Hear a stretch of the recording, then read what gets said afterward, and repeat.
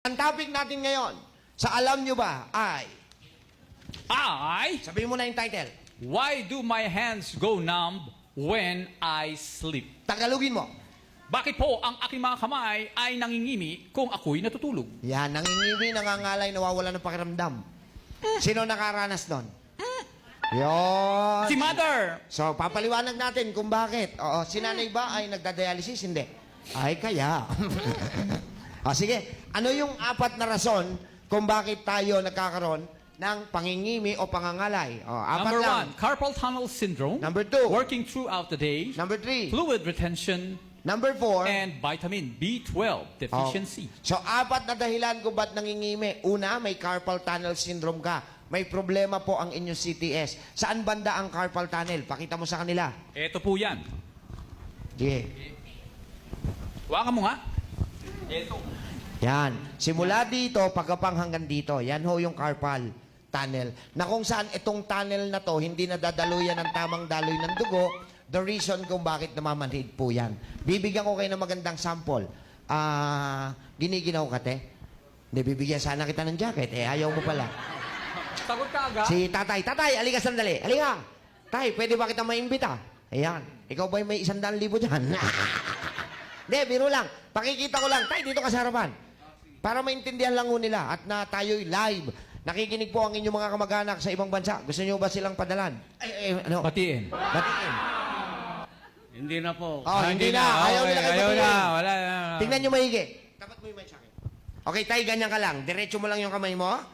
Ang kamay ni tatay ngayon, tama ang pakiramdam. Tama. Kasi dumadaloy ng maayos ang dugo. Pero pag inipit ko yan ng kamay ko o ng goma, ng 5 minuto, wala nang dadaloy na dugo dito. Mamamanhid na po yan. Yun po ang problema sa carpal tunnel. May tunnel dito na barado or manipis na kaya hindi madaluyan ng tamang daloy ng dugo. Sanhi kung bakit namamanhid ang ating kamay. Tigas ang kamay mo, tayo. Saan nyo ba ginagamit yan, tay? Panampal sa'yo. Maraming salamat, tatay. So, yun po yung carpal. Okay? Yes. Okay, Sige. next. Number 2, dahilan kung bakit. Working throughout the day. Sige. Sige. Sometimes the wrists become tired. Manual work like typing a lot of the computer, using scissors, tools, and sewing machine could make the hand nerves suffer. The continued bending and unbending of this area overload it. Okay. Actually, itong working throughout the day, hindi lang po ito sa computer. Alam niyo kung anong problema ng mga tao ngayon? Cellphone. Hasos, maniwala kayo sa akin. Mas madalas pa yung daliri niyo sa cellphone kaysa sa sabon. Totoo hindi? So, ayan po, dahilan para yung nerve mo mapagod. Tandaan natin, overuse, tama? Lahat ng sobra, masama. Kaya yung mga bata na, ayan, magkakasakit talaga.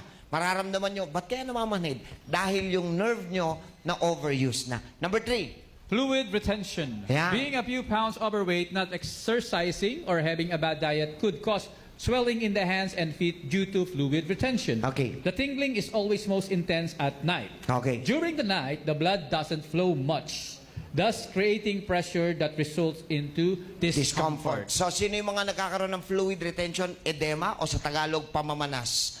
Yan po yung mga dinadialysis, may diabetes, tama? At kulang na kulang sa kilos naman.